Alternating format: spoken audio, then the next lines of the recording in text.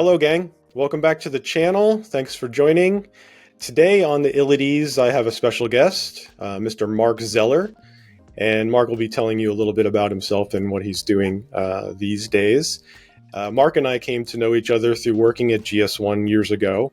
And Mark was instrumental in one of the programs that I was developing and leading, which was GS1's global traceability strategy, which was initially kicked off in 2018, early 2019, and then had 3 to 3.5 years of consistent execution with the federation that we know as GS1. So Mark joins us now from Germany.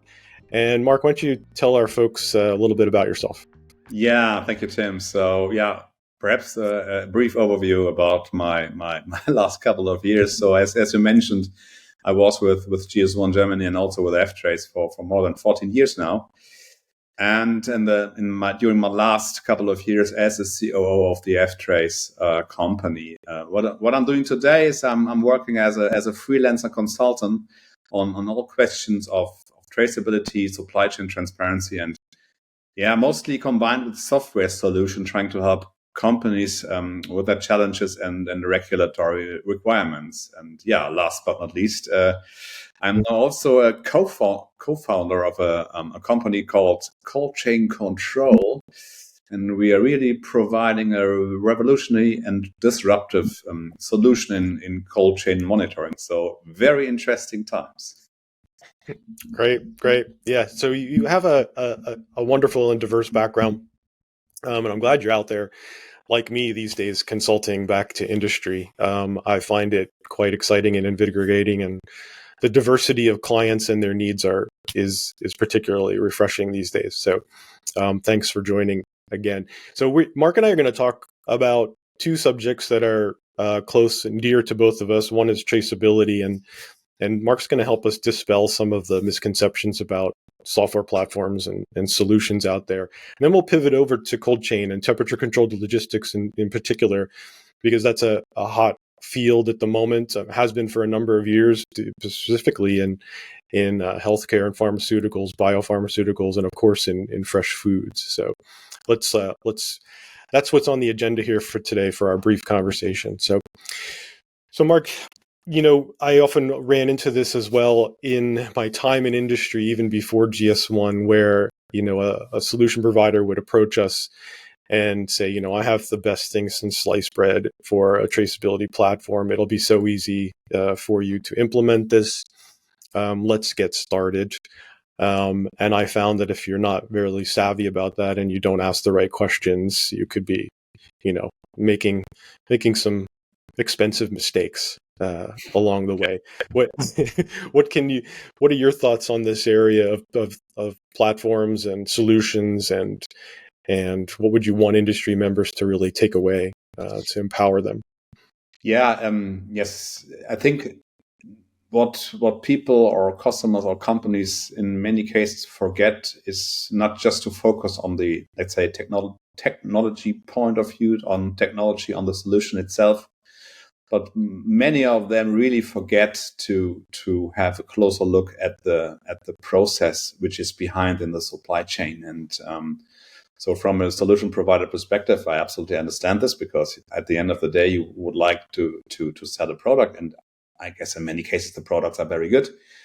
However, in traceability, especially in systems where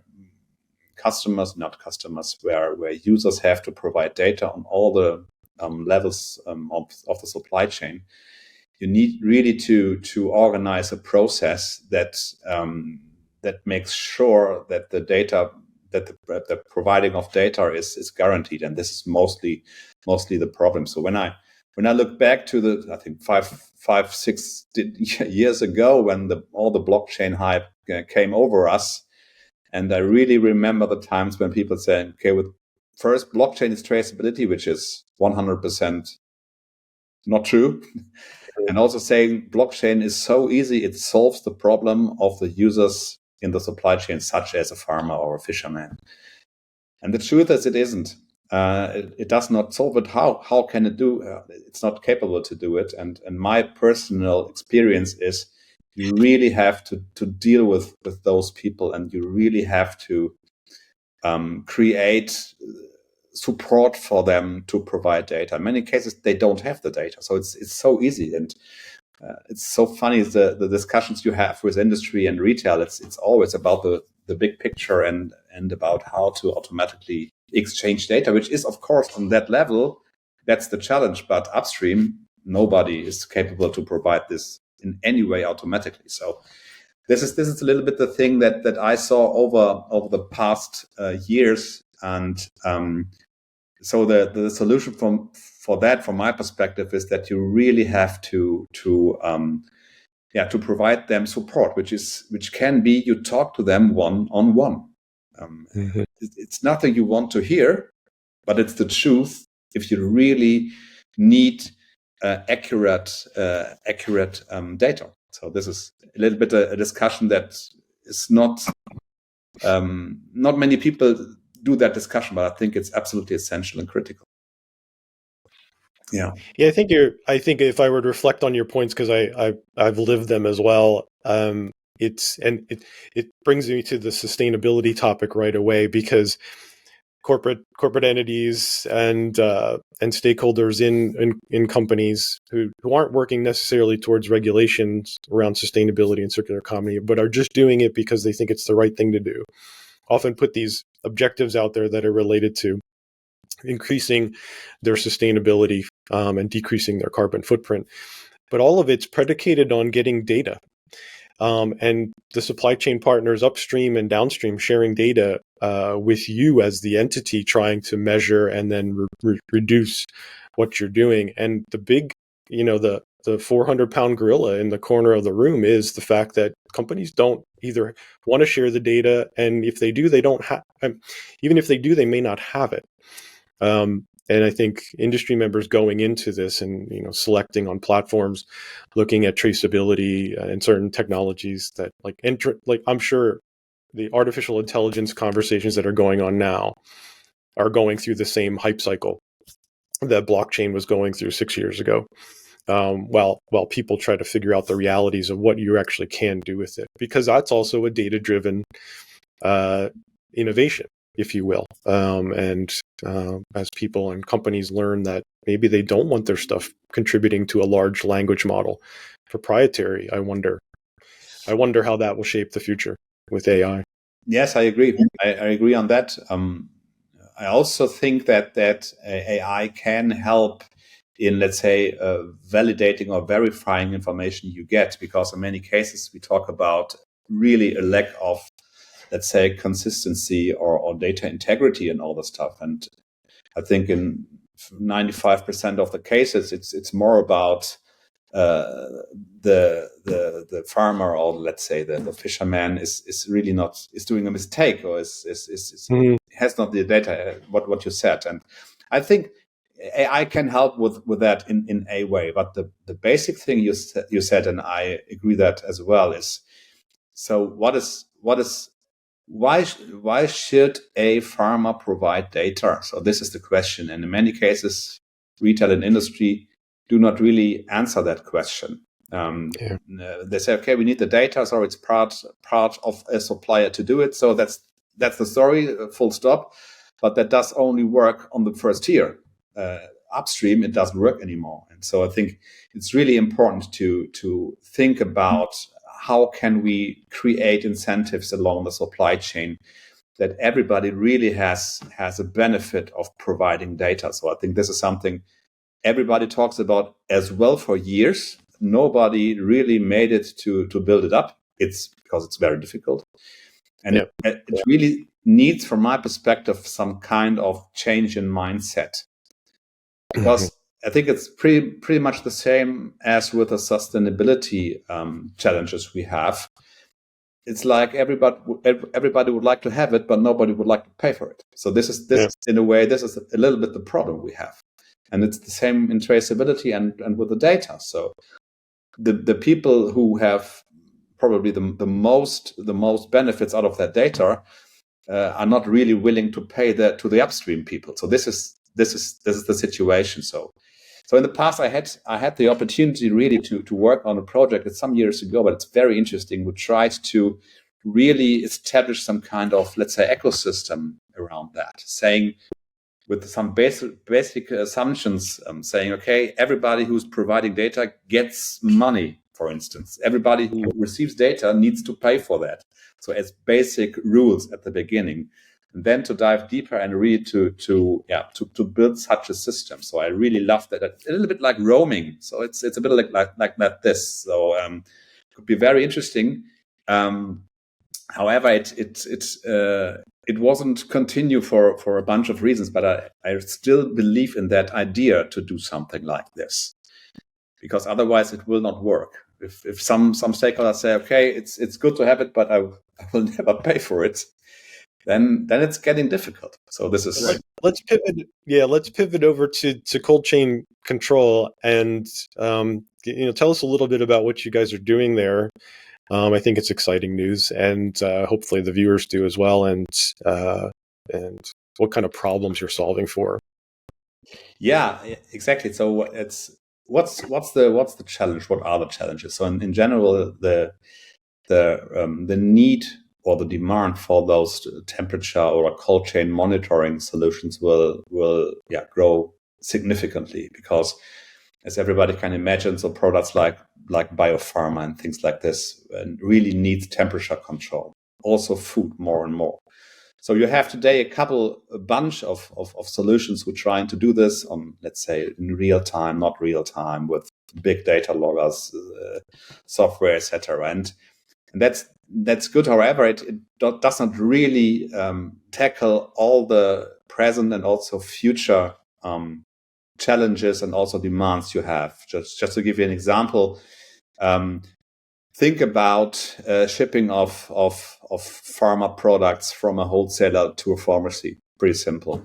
Very, very expensive pharma products, and that has to be cooled. So are you ever in the situation that you can restock it afterwards? No, you can't. That means at the point the cold chain is not just violated, but also you have no really some kind of proof that it's the case. You need by law destroy it, even in terms of sustainability. That's a real problem. The problem with those we call it single unit economies, with those single unit containers, let's talk it in this way, is today you don't have the right combination of, let's say, hardware, sensors, etc., and software for that. That means nobody really does it. This is exactly the point where we from Cold Chain Control said, you know what, we really have a really innovative sensor, which is really disruptive and do things totally different, because we don't want to use some kind of a sledgehammer to crack a nut, So this is a little bit the point. And with our solution, we can really solve the issues of those use cases, which today nobody really is capable to do. So this is a little bit our approach to do this. And I think the benefits at the end of the day are it's really cost effective. You really do something. You really reduce your product waste. And at the end of the day, doing something good for sustainability, as well as in terms, it's mostly about people using those pharma products. We are talking about safety and about life. So it has all these aspects, and this seamless combination we have today with that very new kind of sensor combined with a quite mature software solution provides companies a totally new view, a new approach on those use cases. So this is, in a big nutshell, what we are doing. I guess the value proposition here is, especially for folks in the North American continent, which is, the market might be slightly different in terms of pharma in the European arena. This domain of temperature controlled logistics, which is an entire specialty of packaging and packaging and logistics in the pharmaceutical space. We have this phenomenon of salable returns, what's called salable returns in the US. And there's laws on the books that actually stipulate what's allowed to happen. And I understand these cold chain products that may have sufficient expiration date still on them would be beneficial to include them in Salable Returns so that you can push them out to a market area, an area of the market that actually needs them. Exactly. But if you can't prove that they've been maintained at the proper temperature, that becomes a liability and a danger to patients. So exactly, and I think that yeah. And go ahead. Sorry. What you really get, and I think this is the point, even from a shipper perspective, you don't just have to rely on the logistics company. You track your data, and which is audible. You track this on your own, so you are free from the rest. And it's especially when it comes to really proof.